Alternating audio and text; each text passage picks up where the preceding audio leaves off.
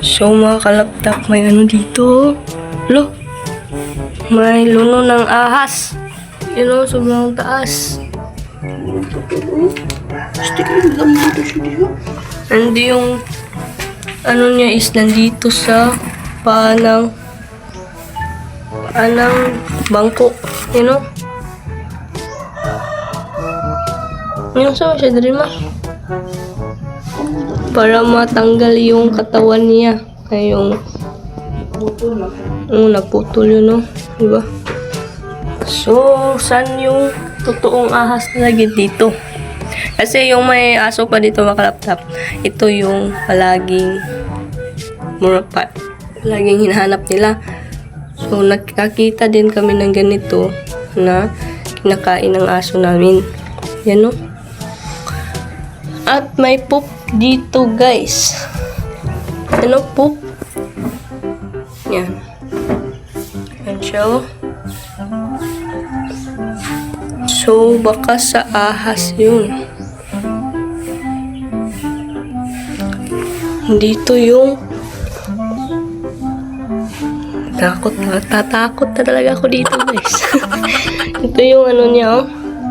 Yung tawag dito yung mukha niya. Yan, oh. Manaraman iyang naong, ma.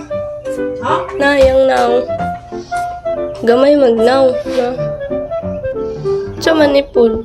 Yung ikog siya. Ay, ikog. Na. Magdiri siguro siya ni una, ma. Baka dito siya nagpulupot. Ayan, nagpulupot siya dyan and napunta dito. So, ito na yung putol na katawan niya. Kasi yung pinamaliit nila na parts is ito yun, yung tail nila. Yan o, maliit na. Yan o. Ang taas niya mga kalaptap.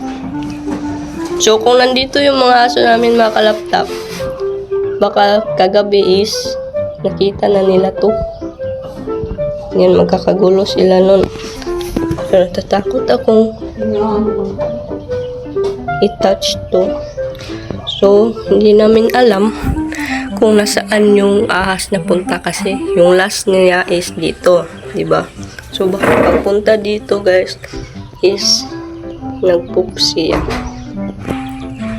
So, iwan namin kung saan talaga to nanggaling o saan siya nakapasok. Diba? Yun, no? Sobrang takot na dito mga kalaptap. To, maliit pa lang yung mukha niya pero pag nakita natin yun in person, talagang matatakot tayo, no? Kasi maganon-ganon to siya. So, ito is luno na lang to, guys. So, iwan namin kung nasan talaga yung ahas. So, dito siya nauna. Yan, dito siya nauna. Nagpulupot siya dyan para matanggal yung katawan niya o yung change skin niya. And then, pagkatapos dyan, ayan, na ano siya. And napunta dito ang katawan niya. And ito yung at ito yung mukha niya, guys. Maliit. Maliit pa yung ano, pero ayan, natatakot na kami, guys, kasi yung unang nakakita nito nung luno, si Summer, yung aso namin, maliit pa lang nun. Pero ngayon, ayan, lantad na talaga kung gaano siya lumaki. So, hindi namin alam kung nasan talaga yung nagtatago. Kasi wala kaming pusa dito or aso na, kasi yung aso namin nandun na sa labas. Diba?